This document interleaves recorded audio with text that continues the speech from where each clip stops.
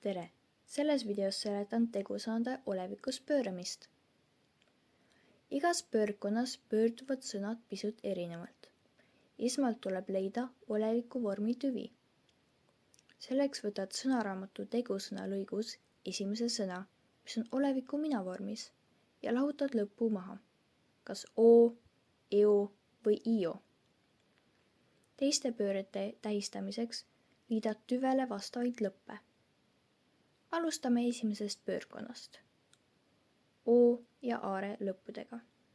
Mina vorm on o, sina vorm on as, tema vorm on at, meie vorm on aamus, teie vorm on aatis, nemad vorm on ant.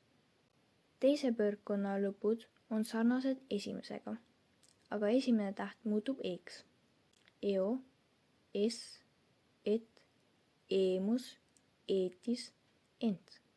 Kolmanda pöördkonna kahe osa ainuke vahe on i olemasolu mina ja nemad vormis. O või io, siis is, it, iimus, itis ning erinevus jälle unt või iunt. Neljas pöördkond erineb ainult infinitiivi poolest, kolmandast io mina vormilisest pöördkonnast.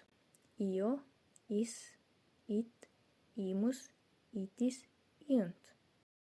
Eituse moodustamiseks lisad tegusõna ette non.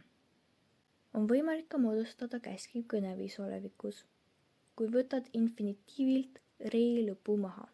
Mitmuses peale rei mahavõtmist peab liitma ka tee lõpu. Aeg harjutada. Esimene ülesanne.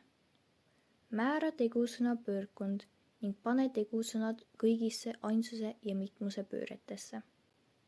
Pane video pausile, et harjutus lahendada.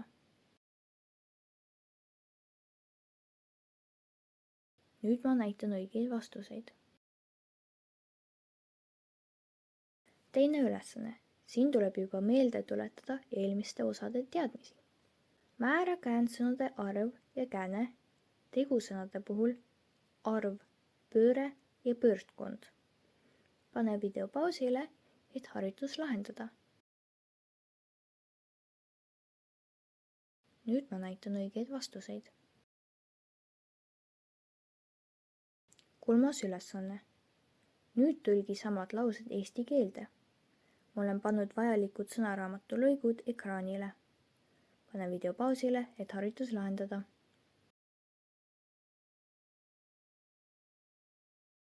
Nüüd ma näitan õigeid vastuseid.